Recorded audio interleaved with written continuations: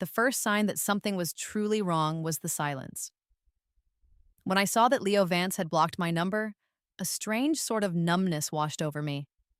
For 3 years, I had been Chloe Vance, a wife who was always described as dignified, kind, and composed. I played the part perfectly, ensuring my behavior was always appropriate for any occasion. It wasn't until I walked into the quiet house and saw the divorce agreement sitting squarely in the middle of our dining room table that the reality of my actions began to sink in. I finally understood that I had crossed a line from which there was no return. His thoughts must have been a whirlwind of confusion, replaying the argument in his head. "It's been so many years since all that happened," he had said, his voice laced with a frustration I knew all too well. "Sarah Ross just wants to make peace with you. There's no reason to keep things so tense. Today is her birthday, and she's your elder. She offered you a toast, and you should have accepted it. When you were younger, maybe you could blame it on your family history, but if you can't manage your emotions now, it just shows that you're not mature. How am I supposed to even think about having a child with you when you're like this?" I could picture him picking up the papers, his eyes scanning the neatly typed words before placing them back down with a sense of resolute misunderstanding. In his mind, he hadn't done anything wrong. Whether I accepted it or not, Sarah, my former best friend, was now my stepmother. My unwavering hostility toward her created a constant tension in the family, making it difficult for him whenever a social event required my presence as his wife. And from his perspective, the Sarah he had gotten to know wasn't the monster I made her out to be. He genuinely believed that it was better to let go of the past and face the future with a more positive attitude. Thinking this was just the first time I had ever become so visibly angry, a part of him was likely still unsettled. His fingers would have tightened on his phone as he tried to call my number one more time, only to be met with the same impenetrable wall of silence. But my side of the story began earlier that day. The moment I saw Leo and Sarah standing together in the bakery, their heads bent over a display of cakes as they chose one for her birthday, I knew, with a cold, sinking certainty, that my marriage was over. To make sure I didn't repeat the same tragic mistakes my mother had made, I left immediately after destroying Sarah's birthday party. I went back to the home I shared with Leo, packed a suitcase, and walked out without a second thought. Not even 7 hours had passed since the whole incident. It took me an hour to pack my essentials, another hour to get to the high-speed rail station, and 3 hours to travel to the quiet town where my grandmother lived. In the final 2 hours, I sat in her cozy living room and managed to convince her to let me stay. "Grandma, I've told you before, your ability to judge a person's character is not exactly reliable," I said, trying to keep my tone light as I fed her a slice of sweet honeydew melon. "You chose a terrible man for my mom all those years ago, and now you've introduced me to another one just like him. You've managed to ruin the lives of 2 generations of women in this family, so you have to take responsibility for me now." I smiled and leaned my head against her back, just as I had done when I was a little girl seeking comfort. The truth is, before my father brought Sarah into our lives, my parents had a good relationship. Neither my mother nor I could have ever imagined that 18-year-old Sarah, my closest friend, would develop feelings for my 45-year-old father, a man 27 years her senior. But they fell in love, deeply and without any regard for the consequences. My mother had always been a proud, strong-willed woman, and she couldn't handle the humiliation of my father wanting to divorce her for a girl my age, my classmate. In a moment of pure despair, she jumped from the 18th floor of their apartment building. Fearing that my father's new life would destroy me, my grandmother immediately took me to live with her. She watched me grow up, saw me pour all my energy into my career, and noticed the quiet fear of men and marriage that had taken root in my heart. Worried that I would end up alone after she was gone, she introduced me to Leo. His grandmother and mine were old friends, so it seemed like a safe, sensible match built on a foundation of mutual respect. But she could never have known that Leo, while excelling in every other aspect of his life, was a man governed entirely by logic. In any relationship, he weighed the pros and cons, completely ignoring the messy, unpredictable world of human emotion. So, when he deceived me into attending Sarah's birthday party, insisting over and over that it was for my own good, I wasn't entirely surprised. When he grabbed my wrist and tried to force me to drink the toast Sarah offered, something inside me snapped. I flipped the heavy dining table, shattering expensive plates and ruining the perfectly crafted birthday party. Then I turned and pointed at my father's shocked face, my voice shaking as I demanded to know if he remembered what day it was. It was laughable, really. Sarah's birthday was also the anniversary of my mother's death. Yet, apart from me, no one else seemed to remember. Not even Leo, the man who once held me in his arms and whispered promises of comfort. "From now on," he had said, "I'll go with you to pay respects on your mother's anniversary. I won't let you face the past by yourself ever again." On that very anniversary, caught between the bustling city and the quiet, lonely cemetery, he had chosen to drive towards the bright lights of downtown. He held my hand as we walked into the Grand Hotel lobby, and all I could see were large, glamorous portraits of Sarah celebrating her birthday. Some were of her alone, others showed her in a sweet embrace with my father. When we entered the private dining room, she was wearing a pale purple strapless dress, her hair styled in perfect curls. She sat at the head of the table like a queen, and the enormous multi-carat diamond ring on her slender finger was so brilliant it hurt my eyes. When my mother was alive, she once told my father that for her 40th birthday, she wanted a diamond ring. It didn't have to be expensive, she had said. Just a few thousand would be enough. But on the day of her 40th birthday, my father never came home. In the end, I used the money I had saved from New Year's gifts to buy my mother a small diamond ring myself. I remembered Sarah telling me once, "Chloe, I have a ring, just like this one. Leo gave it to me last year for our wedding anniversary. It cost over $3 million. I tried not to look, but my eyes betrayed me, darting towards my father. I saw him looking at Sarah with such adoration. When he noticed a stray hair on her shoulder, he carefully picked it off. It was a level of meticulous care and attention my mother had never received from him in her entire life. I bit down hard on the tip of my tongue, my entire body trembling with a rage I could no longer contain. "Chloe, you're here! I'm so happy you could make it today," Sarah said, her gaze sweeping past Leo before landing coolly on me. She stood up gracefully, the diamond studs on her nails glittering as she picked up a wine glass. The deep red liquid swirled inside the transparent goblet. Leo saw my hesitation and, trying to smooth things over, picked up a glass from the table to drink on my behalf. But before the glass could touch his lips, I had already sent the table crashing to the floor. To this day, I can still remember the look in Leo's eyes as all those beautifully arranged expensive dishes smashed against the marble. It was a mixture of disappointment, anger, and disdain. The always graceful Mrs. Vance was not so graceful anymore. I had embarrassed him. Looking back, it was the first time Leo had ever looked at me that way. When we first met, we were like any other couple. We hiked mountains to watch the sunset and went camping to gaze at the stars. On our wedding night, he promised he would never let me suffer, never force me to do anything I didn't want to, and never make the same mistakes my father had. Back then, Sarah hadn't yet turned her attention to him. It wasn't until I sensed a shift in him that I started looking into it. I discovered that for the past year, Sarah had been secretly contacting Leo, claiming she wanted to repair her relationship with me.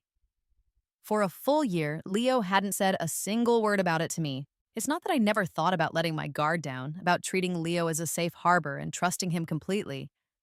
But I'm grateful now that I always held a small part of myself back. Because of that, when everything fell apart, I was able to walk away. Sarah's betrayal and my mother's death had taught me a hard lesson. I could never fully trust anyone.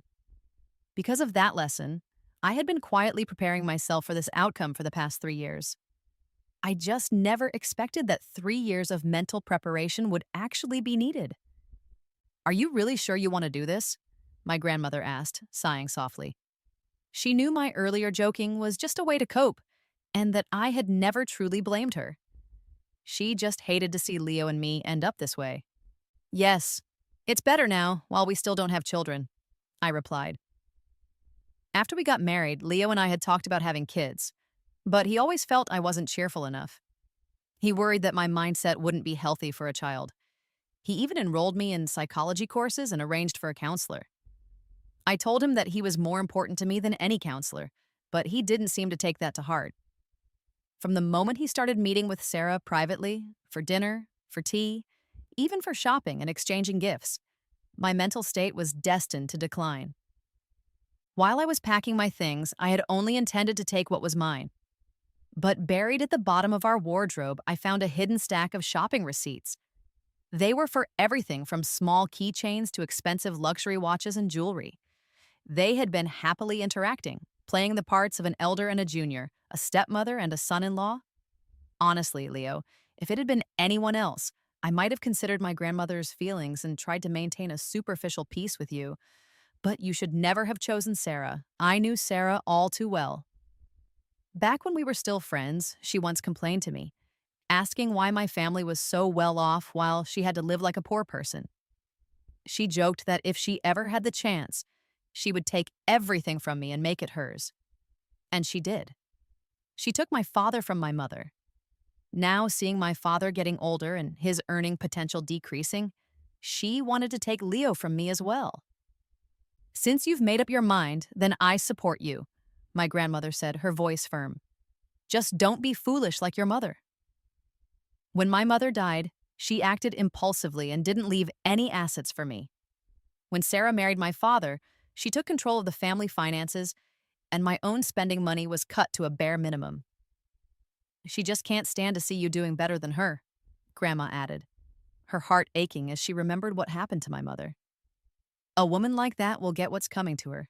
She wiped a tear from her eye. "I will live a better life than her," I said, feeling a surge of confidence built on 3 years of careful planning. Better than all of them. A few days later, my phone rang with an unknown number. "Chloe, I heard you had a fight with Leo. If it's because I asked him to bring you to my birthday party, then I sincerely apologize," Sarah's voice said, dripping with false sincerity. "This has nothing to do with him. I was the one who insisted he help us fix our relationship. You've ignored me for all these years, and I feel so guilty about it. Legally, you're my daughter now, and I just want things to go back to the way they were." Sarah knew exactly which words would irritate me the most. I didn't even have to see her face to know the smug expression she was wearing. "Are you finished? If you are, I'm hanging up," I said flatly. I had already blocked her number, so I didn't know how she got through. I was so disgusted I felt sick. It seemed I couldn't answer calls from unknown numbers anymore. "Chloe, what's done is done. Do you really think you can hide from it all?" she said, her tone sharpening when she sensed I was about to hang up. "Whether you like it or not, my status now is something you can never change." It was true. With her new identity, she no longer spoke with the timid voice of the girl who used to follow me around. Now she addressed me directly by my name. "I don't plan on changing anything," I replied coldly. "If you want to pick up the trash I've thrown away, go right ahead. I disowned that man a long time ago. As for Leo, weren't you trying to steal him anyway? You can have him too." "You knew," she said, her voice suddenly turning icy. She hadn't realized I was aware of her secret meetings with Leo over the past year. "Whether I knew or not doesn't matter," I sneered. "What matters is whether my father knows." After I left her disastrous birthday party, I had immediately mailed a package containing all the evidence I had collected to my father's office. I was just waiting to watch them tear each other apart. As for Leo, if he agreed to the divorce, we could settle things peacefully. If he didn't, I would file a lawsuit. And if it came to a lawsuit, I would only end up with more. Meanwhile, Leo was at a business dinner. "Mr. Vance, why didn't you bring Mrs. Vance today?" someone asked. "Attending a family-style event like this alone is quite rare for you." Everyone in their circle knew Leo and I were a model couple. He always had me by his side at these functions. "Next time," he answered, his displeasure barely concealed. He was thinking about how I had been gone for over a week, and every time he managed to get a message to me, the reply was always the same. "Have you signed the divorce papers yet?" It was maddening for him. Normally, I would be there, and he could gather useful information from my conversations with the other wives. Without me there to help, he felt off balance, as if he was missing crucial information. He felt uncertain, forgetting that before we were married, he had managed to secure projects all by himself. In just 3 years, had I changed him that much? When he returned home late that night, he found Sarah huddled on his doorstep, wearing a delicate white dress. As the elevator doors opened, she looked up, her eyes filled with a carefully crafted mix of shame embarrassment, and hurt. Leo, I'm so sorry to bother you at this hour, she whispered. I really have nowhere else to go. What happened? He asked, unlocking the door with his fingerprint and stepping inside. Chloe took some videos of our meetings, edited them to look bad, and sent them to her father, Sarah explained, her eyes scanning the impressive collection of art and artifacts on Leo's walls. After years with my father, she was used to luxury, but it all paled in comparison to this. She quickly hid the flash of greed in her eyes. He misunderstood our relationship and threw me out. She played the part of the vulnerable victim perfectly. She's just acting out because she's angry with me. Don't blame her, Leo said, still convinced this was all a tantrum. I'll explain everything to her and then have her come and apologize to you and your father. I think she's more angry with me, Sarah said, sighing dramatically. You've suffered because of me. I've known since I first met Chloe that once she makes up her mind about something, she never changes it. I wanted too much. I never should have asked for your help. She finished her speech by pressing a hand to her forehead and pretending to feel faint. What's wrong? Do you need to go to the hospital? Leo asked, frowning as he looked at her. He hesitated for a moment before steadying her with his arm. I haven't eaten all day. I think my blood sugar is low, she murmured. Can I just stay here tonight? I'll leave as soon as I figure out how to explain things. She was using the exact same trick she had used to get into my father's house all those years ago. The truth was, my father had fought with her, but after her tearful denials, he had apologized. She was the one who insisted on leaving. Do as you please, Leo said, noticing how pale her lips were. Considering she was technically my family, he let go of her and went to his room. Sarah had achieved her goal. As soon as she heard his door close, she took out her phone, snapped a selfie in his apartment, and sent it to me from a new number she had bought just for this purpose. She left her bedroom door unlocked all night, waiting for Leo to come to her. But to her disappointment, he never did. She realized that even after a year of laying the groundwork, she would have to create another opportunity to take their relationship to the next level. I was at the supermarket with my grandmother when I saw the photo. Just one picture? Are there any of you as a couple? Anything more intimate? I typed back emotionlessly. My phone rang almost immediately. It was Sarah. Your heart must be breaking right now, but you're still pretending not to care, Chloe, she sneered. When you flipped that table at my party, the pain in your eyes was much more real than this. She was afraid a text message could be used as evidence against her. Done with your act, are you? This is your true self, I said, listening to her taunts. After watching you pretend for so many years, I almost forgot how disgusting you really are. For years, she had played the role of the caring stepmother, every word coated in fake concern. I was sick of it. Haven't you always wanted me to divorce your dad? Well, congratulations. Your wish is about to come true, she announced. I told him I wanted a divorce last night. He should be all yours again within a month. I won't be competing with you for his affection anymore. She had married my father for his money and for the paternal love he showed me, something she never had from her own abusive father. Over the years, she had traded her youth for his affection, something she considered priceless. Are you so sure he's willing to divorce you? I asked, knowing she was trying to get rid of my aging father to be with the younger, richer, and more powerful Leo. Just because she wanted a divorce didn't mean my father did. He had already lost his wife and daughter over her. Losing her too would make him a total laughingstock. You don't need to worry about that. I have my ways, she said with supreme confidence. Your father is like a tamed dog for me. He does whatever I say.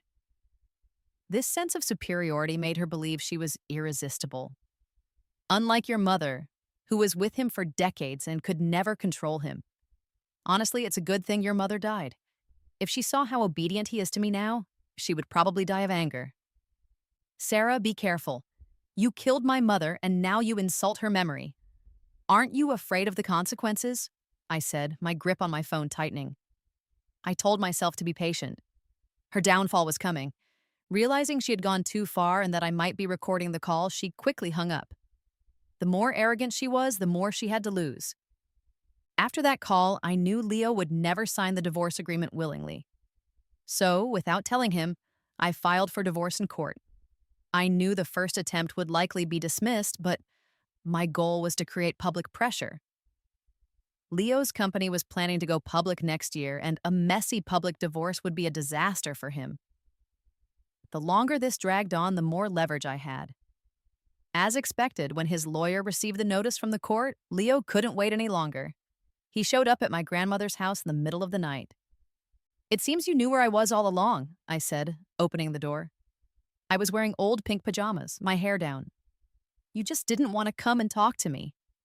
"Chloe, stop this nonsense," he said, his face grim. He was still in his work suit. He grabbed my wrist, his eyes impatient. "I gave you a chance to do this quietly, but you refused," I said, not struggling against his grip. A cold smile touched my lips. "So I had to file a lawsuit." "You're divorcing me over something so trivial?" he asked, completely unable to understand. In his mind, it was just a party, just a toast. Was that really enough to end a marriage? "Yes," I said, meeting his intense gaze.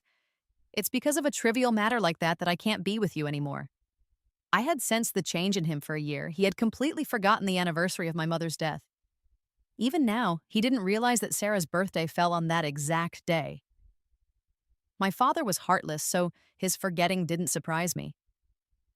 But Leo? He had promised me. He broke his vow first, and now he had the nerve to question me. The absurdity of it made me laugh. "From the very beginning, you never planned on staying with me for good, did you, Chloe?" he said, finally letting go of my wrist. The words he had held back for years came pouring out. "You drew a line, and no matter how close I got, I was never allowed to cross it. Don't you realize that if you keep this up, you'll just push me further and further away?" He looked heartbroken, as if the end of our marriage was entirely my fault. "How far away you are from me. Do you really think I care anymore, Leo?" I shot back. "From the second you drank that wine for her, we were done." I couldn't believe how dense he was being. I had told him clearly I wanted a divorce, yet he still didn't seem to grasp the fundamental issue. "Am I just an object you can pick up and discard whenever you please?" "You should learn from Sarah, Chloe," he said, his eyes turning red with anger as he pulled me towards him again. "Her kindness is genuine. All the gentleness you show is just an act. You've never once compromised for me." His breath was on my face, and I could see my own reflection in his furious eyes. My heart ached. Sarah's kindness was genuine? The woman who destroyed my family? He was finally admitting it. His words sounded so much like my father's all those years ago, praising Sarah's kindness while my mother's heart was breaking. The comparison made me feel physically sick, and I pushed him away with all my strength. "So you're just jealous," he concluded, completely misreading the situation. "You think there's something between me and her. Chloe, I'll only say this once. I admit Sarah is a beautiful and wonderful woman, but I don't like her. The person I've always liked is you. I took you to her party for your own good. I want you to let go of the past and be happy like a normal girl." His logic was so twisted it was almost funny. "If your stepmother was responsible for your mother's death, could you just get along with her?" I asked, my voice flat. "Adrian, you have never experienced the kind of pain I have, so don't you dare preach to me about forgiveness." I had no desire to continue the argument. I opened the door and motioned for him to leave. "You're utterly hopeless, Chloe," he said, his gaze cold and unfamiliar. "Yes, I am," I agreed, a bitter smile spreading across my face. "So please, let's finalize the divorce. That way, my hopeless life will have nothing to do with you." I started to laugh, a low, hollow sound. As I laughed, my eyes grew moist, but I wiped the tears away before they could fall. My tears had run dry the day my mother died. Leo wasn't worthy of them. "Withdraw the lawsuit," he said finally, his voice defeated, "and we'll go to the civil affairs office tomorrow." He left and stayed in a hotel that night. The next morning, we drove back to the city together. At the office, the staff member noticed Leo's hesitation and asked him several times if he was sure. "Just process it," he finally answered. I let out a quiet sigh of relief. I was so afraid he would change his mind. I got a significant amount of his money in the divorce, and he had only agreed because he still had some lingering feelings for me. Once those were gone, he would never have been so generous. As we walked out of the building, Sarah was there, stepping out of her luxury car with a heartbroken expression on her face. Her timing was perfect. "Chloe, Leo, how did it come to this?" she cried. "I told you I would explain everything. My father and I are getting a divorce, but I swear there is nothing going on between Leo and me. All those gifts he gave me were in your name. You're the only one he loves. And no matter what, you have always been my most important friend." "Your manipulative act is getting better and better," I said, walking towards my car. "You've already got the man you wanted. I won't disturb you two anymore." I had his money. I no longer had any interest in the man himself. Leo grabbed my arm. "You knew all along. Why didn't you say anything?" He looked genuinely regretful. "I don't need an explanation," I said, pulling away. He could give his gifts to whomever he wanted. "Chloe, you are such a failure," Sarah said, rushing up to hug me despite my resistance. Her face was smiling, but her words were pure poison, whispered so only I could hear. "Your mother lost to me, and now you've lost to me too. Just wait, I'll be marrying Leo soon, and I'll be sure to send you an invitation." A sharp slap echoed in the quiet parking lot. I had wanted to do that for a very long time. It felt incredibly satisfying. Before she could recover from the shock, I slapped her again. "Chloe, that's enough!" Leo shouted, grabbing my wrist as I raised my hand for a third time. "I have much worse things planned for her," I said, yanking my hand free. "Just you wait." I got in my car and drove away. A month later, the divorce was official. Around the same time, my father's company suddenly declared bankruptcy, and he was arrested for financial crimes. Sarah was not only unable to see him, but she was also legally unable to proceed with their divorce. She was now responsible for his massive debts. Her plan to leap from my father to Leo had failed spectacularly. Half a year later, she found me, looking desperate and worn down. "It was you, wasn't it?" she hissed. "You did all of this. You're so cruel you even schemed against your own father. Clark Corporation was built by your parents, and you destroyed it just for revenge.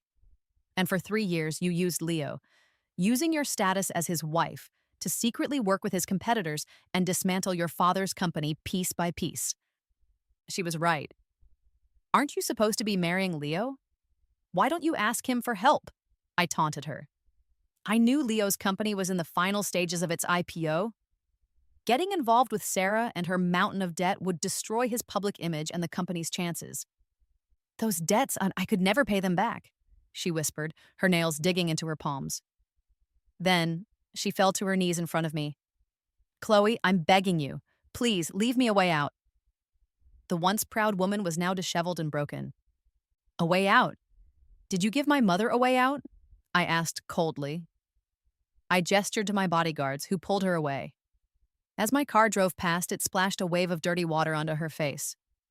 Her eyes were vacant.